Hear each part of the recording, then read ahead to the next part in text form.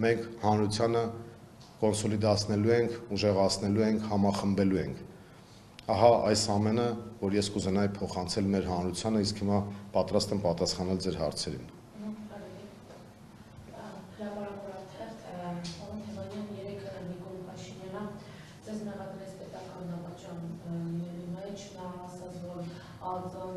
Դիմելու է հաղորդման ներկայացնող քննչական կոմիտե, պատասխան քրեական գործընթացները լինեն։ Պարոն Թևանյան, դեռ եկեք պետական դավաճան ասելով ըստ իրավապահների կամ ըստ նրանց, ինչպես է դրսևորվել պետական դավաճանությունը ձեր կողմից, ինչի մասին է խոսքը ընդհանրապես գնում։ ԱՏ-ից, քննչական կոմիտեից, ձեզ հետ կապվել են, չեն կապվել, ի վերջո ձեզ հետ կապված է, հա, քրեական պրոցեսները լինելու, ինչ-որ բան ասել են, չեն ասել, ծանուցել են, եկել են ձեր հետևից, չեն եկել, չգիտեմ, և դուք ենթադրում եք, ձեզ կալանավորելու են, չեն կալանավորելու, և վերջին հարցը, ինչպես է գնահատում, որ արձակուրդի մեջ գտնվող Փաշինյանը հանձնարարական է տալիս իրավապահներին, կարծես այսպես ազդակ տալով նաև դատարաններին, հա, որպեսզի ձեր վերաբերյալ վարույթներ լինեն, ձեզ բանտ նստեցնեն, շնորհակալություն։ Ես արդեն նշեցի, որ պետական դավաճանը Նիկոլ Փաշինյանն է, ինձ հետ կապված ոչինչից տեղյակ չեմ և չէի կարող տեղյակ լինել, որևէ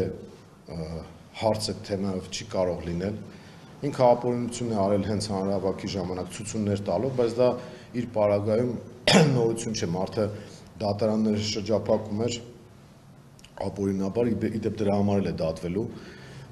և նաև սահմանադրական դատարանի վրա էր հարձակվել, դրա համար էլ է դատվելու, ինքը բազում հոդվածներ է շարունակել ու այս դեպքում ինքը կարելի ասել գործում է սերիական մարդասպանի տրամաբանությամբ։ Այսինքն, քանի որ գիտի, որ արդեն վերջ, եթե ինքը իշխանությունից զրկվեց և չհասցրեց ճողոպրել, ինչպես որ տարբեր դեպքերում եղել է իր պարագայում, ինքը պետք է արդեն պատասխան տա Հայաստանի դատարանի առաջ։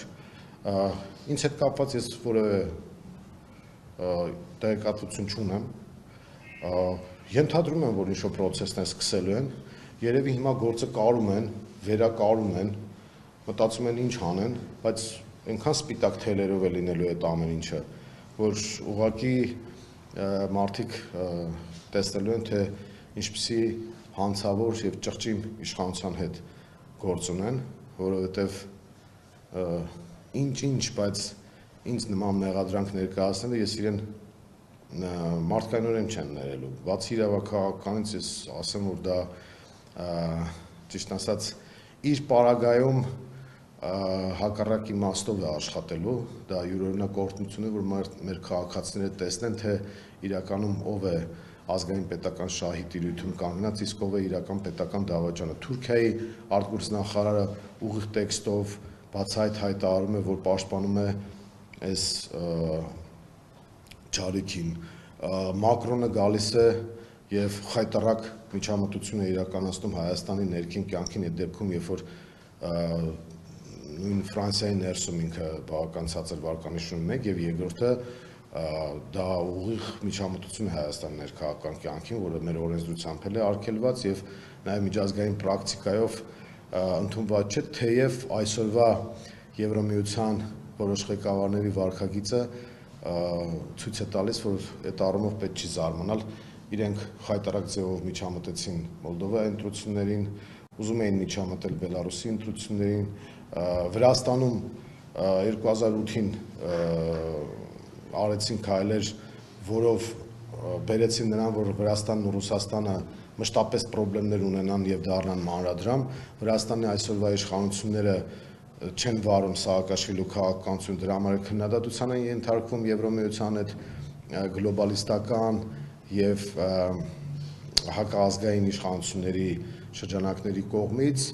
Վրաստանը խուսափեց մանրադրամային քաղաքականությունից, բայց Նիկոլ Փաշինյանը համաձայնել է դրան։ Ցավալին այն է, որ Արևմուտքի այդ շրջանակների ծրագիրը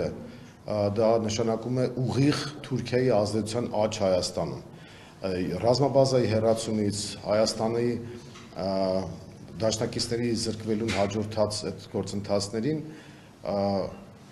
հետևելու է թուրքական զորքերի ներխուժումը։